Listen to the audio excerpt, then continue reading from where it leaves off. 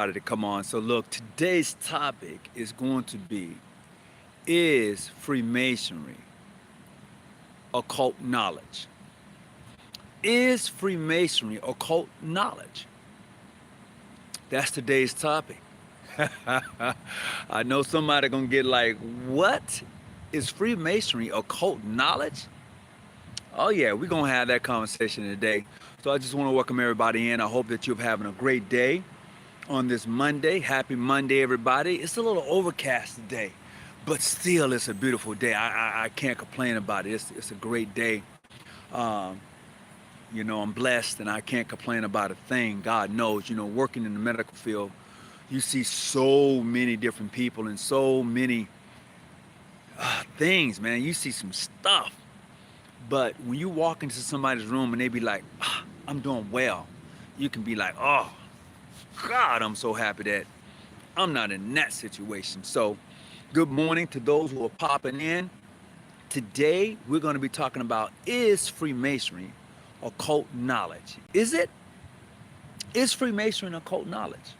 And that's going to be our topic today. We're going to cover, it's going to really flip. It's going to really go over quite a few other things, but that is what we're going to be talking about today. That's what we're going to head into today. Is Freemasonry occult knowledge? What's your thoughts? What's your opinion? I want to see that in the chat today as individuals begin to tune in. We're gonna have this conversation. And later this evening, I'm going to be on another show later this evening. I'm going to make sure I get that information shared with you.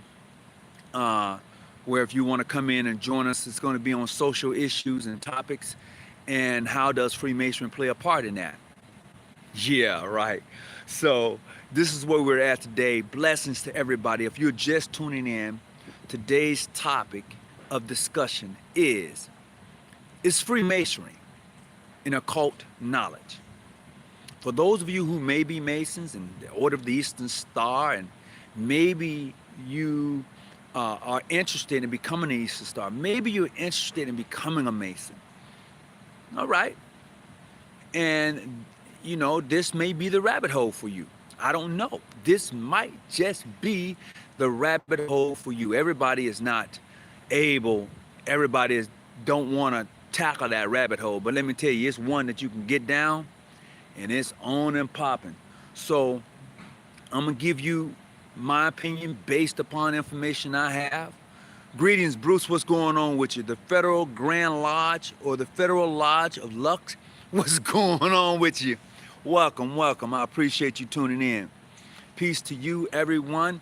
Please hit the thumbs up button. Please hit the like button. Share, subscribe to the channel by hitting the bell. I certainly would appreciate it.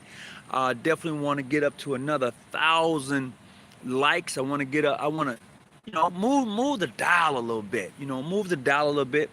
And also you can find us or follow us on TikTok. If you have TikTok, you can find us on TikTok at John G. Jones Research Lodge 147. Good morning. How's it going? Slim Daddy, what's going on with you? So definitely let me know if you're in the house. Put the name of your lodge or Grand Lodge if you want to put it in the chat.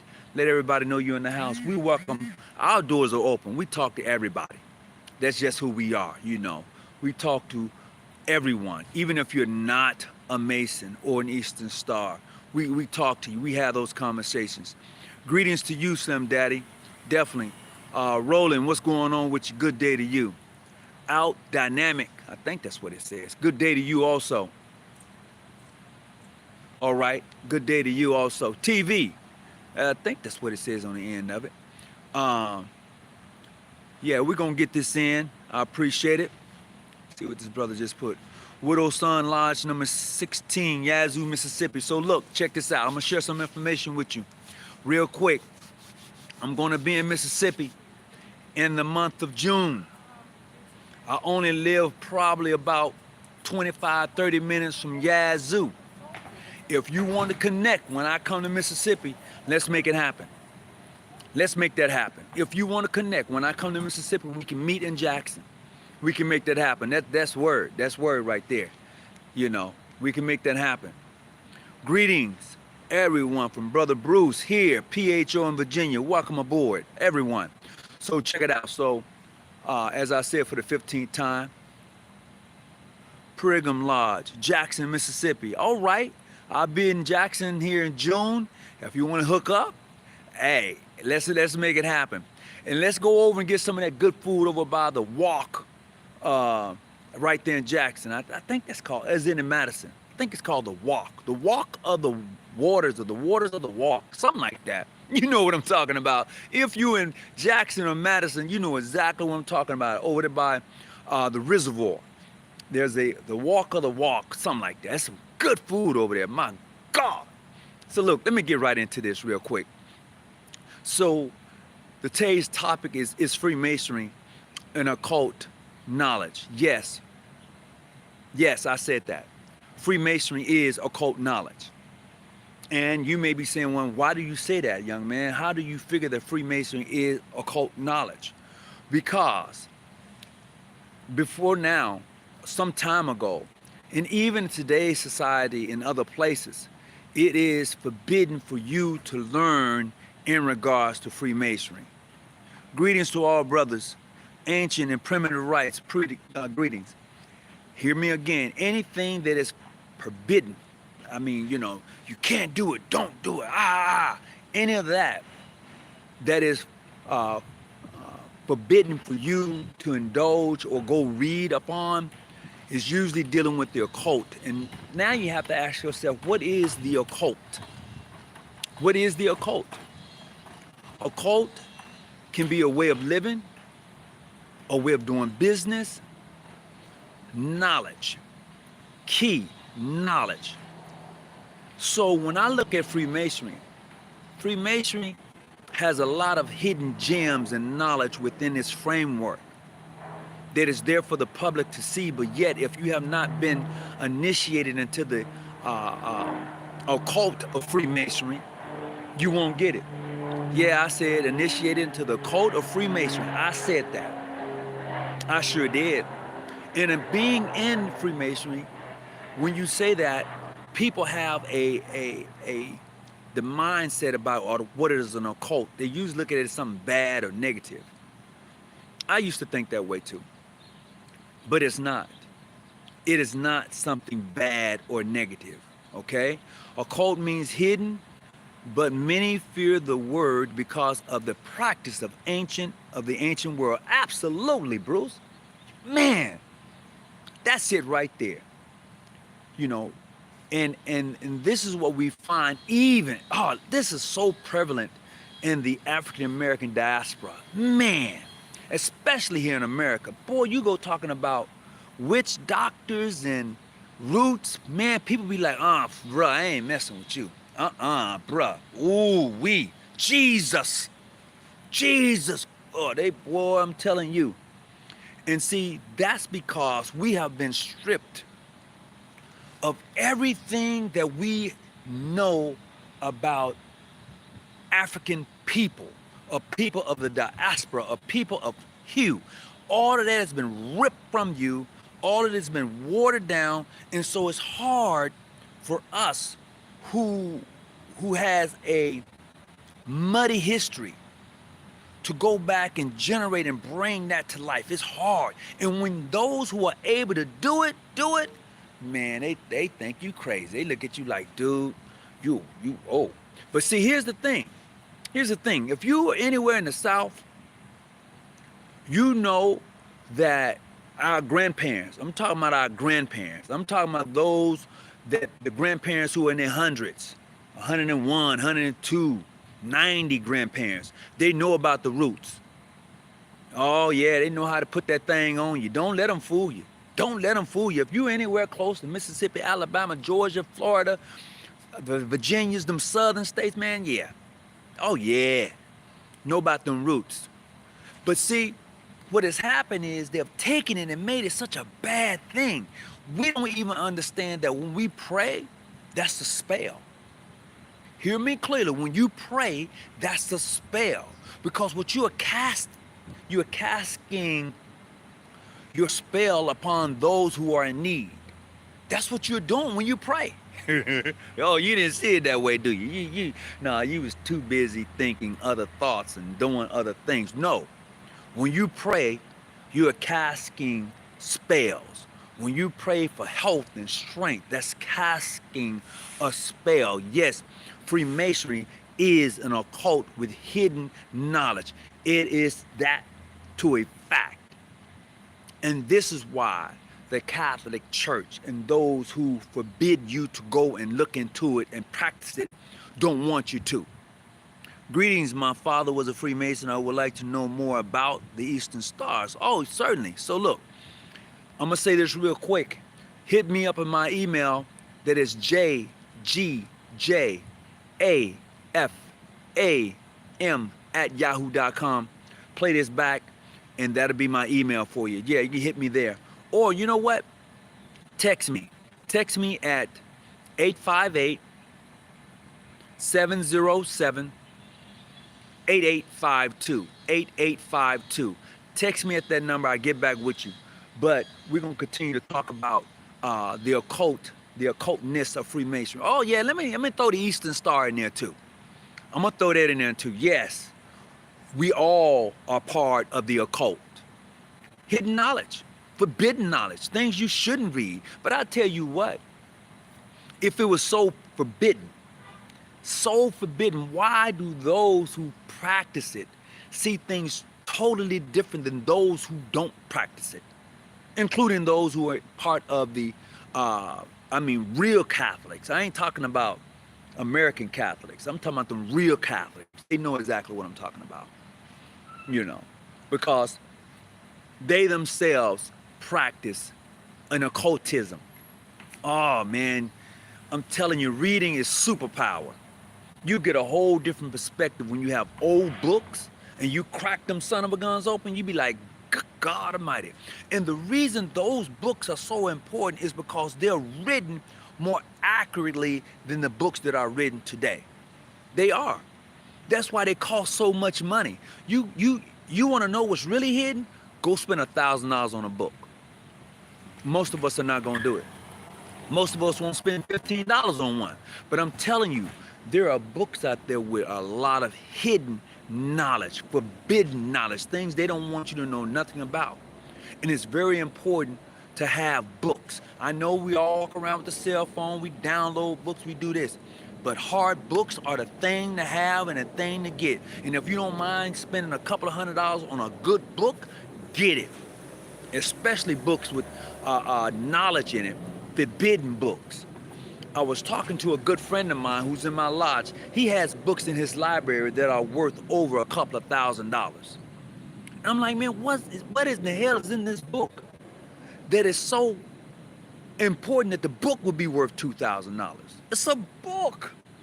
No, brother, it's not just a book. That book has hidden knowledge in it, forbidden knowledge, occult-like knowledge. But we've been so spooked out, so terrified, so scared until we're afraid. I mean, I ain't gonna do that. But our parents, especially our grandparents, did that stuff. Look, I had an auntie who used to take red peppers and salt and stuff like that and sprinkle and say some words and ba ba ba boom boom. And I'm like, what in the hell? She said, no, that's for protection. I'm like, whoa. So when you come, and this is the thing that you tend to forget. See, those who practice Hinduism and other religion, they have altars in their home. I said it. Get yourself an altar. Put it in your home. Have a conversation with your ancestors. That's what you do. Open that door. They're waiting on you. Nah, I ain't gonna do that, man. You're too scared. You're too terrified. But you'll talk to Jesus. You ain't never seen the man. You only heard of his name. Occultism is mandatory for Freemasons. Look at Walt Disney's 33rd, Disney's Frank Bond's 33rd, author of The Wiz of Oz. Greetings, what's going on with you? Absolutely. Absolutely is mandatory. And for those of you who have gone to Disneyland, you know that there's a Club 33 on Disneyland.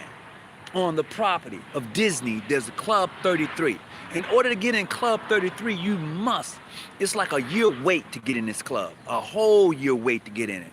I'm just saying, You got to stop being terrified of the unknown. I said terrified. I ain't never say be cautious. Be cautious about everything, but you got to stop being terrified of the unknown. You have to. When you are dealing with the unknown, that is what we're all about. We are explorers. We are travelers. So when you're traveling and exploring, you deal with the unknown. You do that. But people got us so terrified in regards to the occult world and the knowledge that it has within it until we're going, no, we're not going to touch it. Uh, uh, there's a gentleman, I want to say his name is Austin Crowley. I may be mispronouncing his name, but I want to say Austin Crowley, um, who became a Mason, but he really, man, he went freaking overboard. He really indulged in some, he took off. Yeah. And you can do that. You can get lost in this stuff. Yes, you can get lost in Freemasonry. It has so many doors. It has so many doors. You have to be cautious of the door that you open up. Freemasonry is not for everybody. It's not. That's why some people are afraid of it. They're terrified of it. Oh, you're part of that occult. Yeah, I am part of an occult. It's called the Freemasons. Yes, I'm part of an occult. It's called the Order of the Eastern Star. And it terrifies a lot of people. It does. Everything you do in this life, every place you go in this world, it has some occult meaning to it. That's a fact. You go to Washington D.C. and look at the obelisk. Look at the pattern for which is laid out. You know, if you go to St. Louis, look at the I can't think of the arch in St. Louis. Look at it. All symbolism have their life being in the occultism. Look at the swastika. Yeah, that is a Christian sign. But when war broke out, Hitler used it for something horrible. Now when people see it, they are terrified of it. Wasn't always that way. Okay? When you look at the cross itself, the cross for which you say Christ was hung and he died from, when you look at it, it is occultism. 4 45-degree parts. Yeah, it has that. 4 parts of a circle.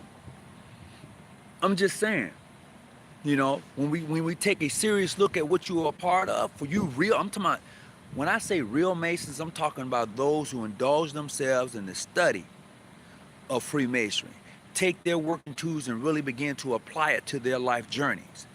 That's what I'm talking about. I'm not talking about the average Mason who just got in and he's just trying to be friends with everybody and he's listening to everybody else. I'm talking about that one who go crack open that ritual, and when he reads it, it becomes alive. It really becomes live to them, alive. This is why here in this jurisdiction, this Grand Lodge, when we do our initiations, we don't put a movie screen up. We don't act out no play or none of that. It's live. It's action. So when you are finished with your Masonic raising, it's different. You're gonna be like, ah. When you open your ritual and begin to read it and compare it to what you've gone through, you're gonna be like, good God Almighty, wow. You're gonna be that person. And that's the beauty of understanding hidden knowledge. Some of us walk around, can't even talk to our loved ones because of what we know. You don't even do it. I have a couple of lodge brothers like that. They will not talk to their spouse. Nope. And they go to church.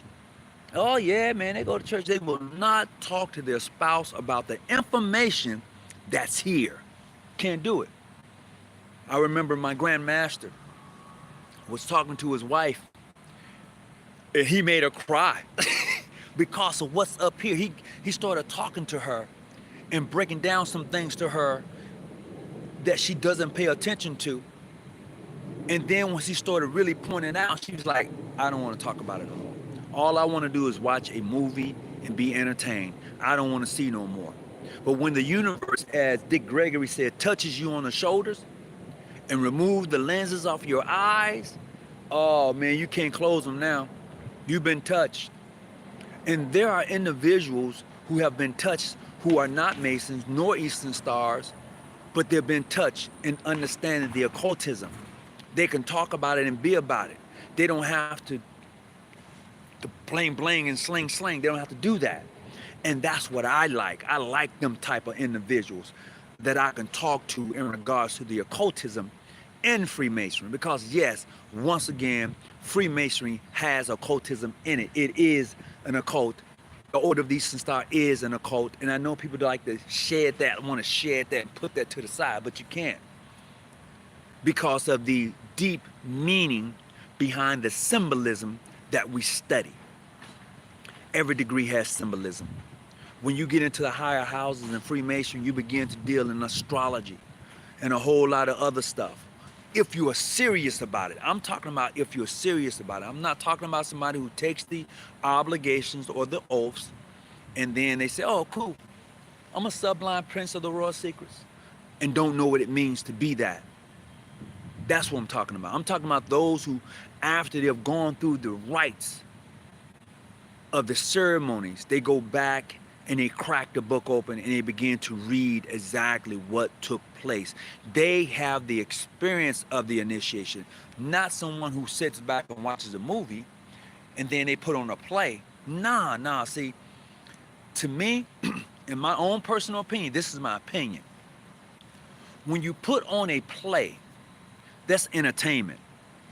You put on a play, let's say you're doing your upper degree work and you put on a play in regards to the degree of St. Andrews.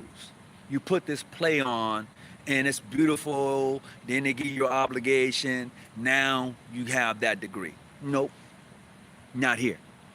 You're going to experience the degree. So when you go back and crack that ritual open, you can say, oh my God. And let's take a look at the word ritual. I'm just saying. No, too many of you got this whole thing flipped. You arguing over nothing that really needs to be argued about. But you have knowledge, you have information at your fingertips that can enlighten you, that can really help.